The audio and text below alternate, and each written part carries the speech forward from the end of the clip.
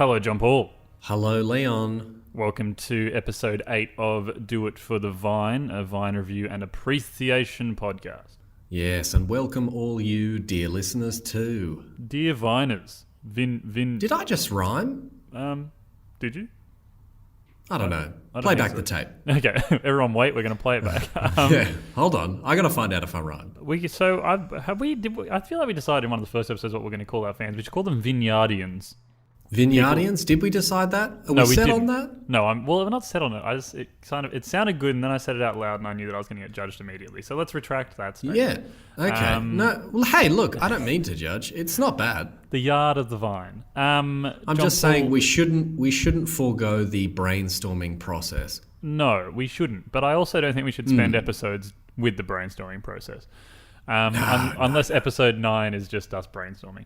Yeah. So it's good that you're here now. We have officially signed the contract for you to be on every episode. Great. I'm so sorry I was late. Yeah, I'm yet to sign that contract myself. I don't know who the boss is of this podcast, but I didn't sign on for this. It did make me a little bit nervous that it was handwritten, but, you know, I'm sure that's just how the podcast community does things. Yeah, it would hold up in Judge Judy's court, I'm sure. I don't know about other courts, but Judge Judy's court for sure. She's got it going on. She knows what's up. John Paul, this week we're going to talk about a Vine called Tapped the Brakes. Yes.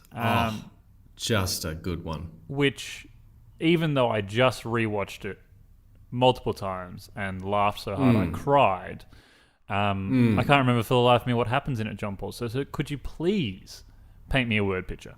Leon, I can certainly try.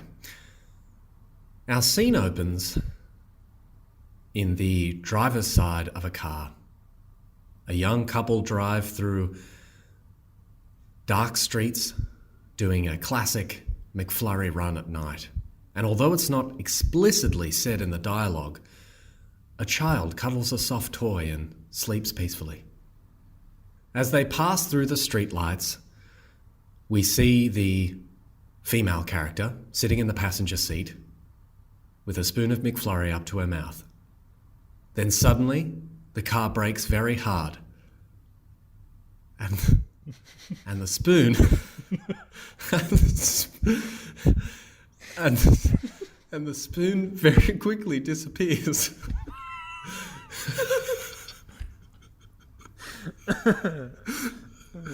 And a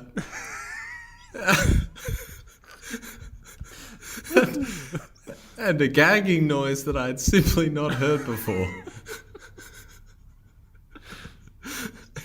is heard very loudly. And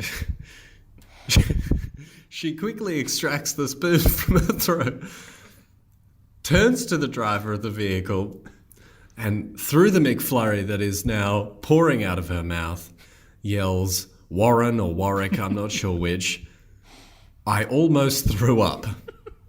And that is where the Vine ends.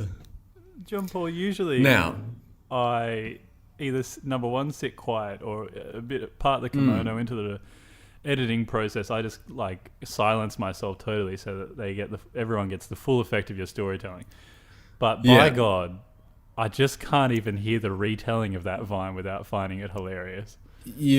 I absolutely can't. I really thought I'd be able to keep a straight face through this one, but having just watched the Vine about a minute before we started, it's fresh and it is just so funny. I don't remember it being this good. I remember enjoying it, but as I said, we watched it just before we recorded and I was reduced to tears. I found it so funny. Yeah. And I've been reduced to tears again from the retelling. I'm still crying. I am a sucker for a good prank. That is so good. I don't know when it started between you and I, but John Paul and I have a thing where we pretend to either gag at things or I don't know where it started. But we're about to throw up. Yeah, and that sound, I have been attacked recently by my partner Elise for finding it so funny because if you show me a horrible TV show or a horrible movie or anything, but at some point in it there's gagging, then that TV show is a new favorite of mine. Yeah, look, when someone is so upset by something that they're about to throw up, there is something quite magical about it. It is just so funny. One of the best ones is actually the one that I sent to you when I was watching the Kung Fu Panda 3. There's some very good moments in that.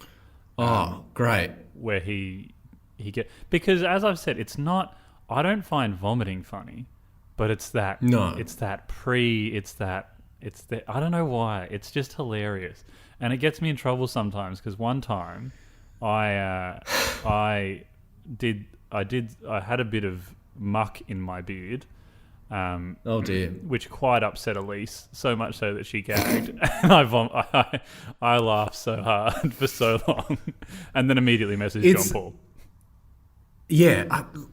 I really can't, and I can actually feel the people listening to this episode probably painting quite a sad picture of our lives. But I don't know it's the fact when someone is so upset by something. I think there's another good prank Vine where it happens where someone gets a little bit of what they think is poo on their shoe, and before assessing the situation, they literally within 1 second of this brown substance hitting their shoe start gagging. Yeah. And it's just so there's something so funny about someone being so upset by something that they can't hold back. It's just such an immediate and animalistic response. But aside from John Paul and my very strange comedy desires, so this Vine, like this man, this boy has been sitting in this car with whoever she is, sister, girlfriend, whatever, and he's watching her and he's like, you know what? I could get her to swallow that entire spoon if I brake at the right moment. This takes precision driving. He's obviously the Stig from Top Gear. It takes precision driving, precision timing. But also, let's talk about the sister, girlfriend, friend, or whatever she is, the female character. Yeah. She's eating this ice cream in a very strange way. Like a psychopath. Yeah, she's putting the spoon in slowly and then very slowly retracting it. Like she's... No, it's not even that, Leon. It's sort of like lifting the spoon up, and it almost looks like one of those anteater animals, like just sort of the tongue is just sort of like, getting a bit of McFlurry off. Who doesn't just like demolish a McFlurry when they get it? This is the thing, though. I'm an ice cream an ice block kind of biter. Like I'll bite into it and chew it rather than like suck on it. But there are people that will eat ice cream by putting it on the spoon. They'll just like slowly suck away at it. And that opens you up to be brake pranked in the car. Brake tapped, But like it's so good because she doesn't get hurt. There's no like massive injury with this one.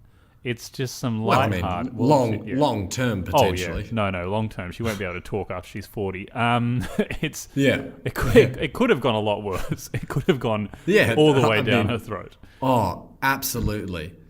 But it's like it was a fine line between like coming up and having a laugh about it or, oh no, I've got a spoon stuck in my throat. There's also he also could have made her vomit. Like she could have yartzed all through the car. Which, you know what? I would have been okay with that. Oh, yeah. That still would have been funny. For our purposes, that would have been great. But for his purposes, that would have been I shouldn't have done that, should I? But it's that came back to bite me. It's just, I think, now that I've rewatched it, it is probably a perfect Vine.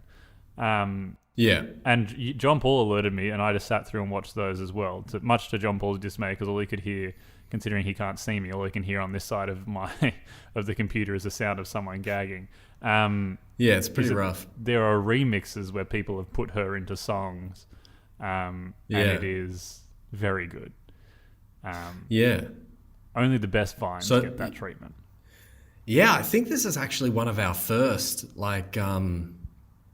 vines that sort of play into this phenomenon where they got a lot of vines, like, you know, you take them and they remix them into different songs or people saying stuff. But yeah, there are some great people just sound clipping that horrific noise that comes out when that spoon disappears.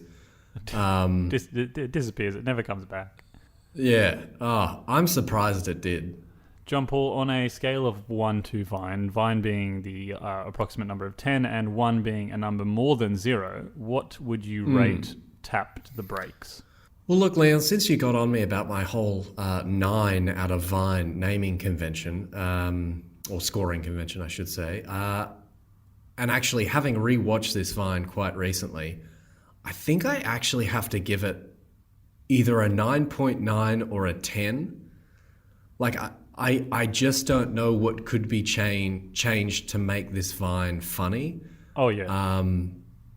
No, I'm maybe if she did actually vomit, it would sort of be a little bit funnier. That might take away from the lightheartedness, though, because again, as I said, no one's injured. That's true. Nothing horrible happens. Yeah. It's just a moment in time. That would make the prank a little bit more malicious, I suppose. Yeah, I'm very confidently giving it a Vine out of Vine. I'm giving it a 10 out of 10, an 11 out of 10. Vine.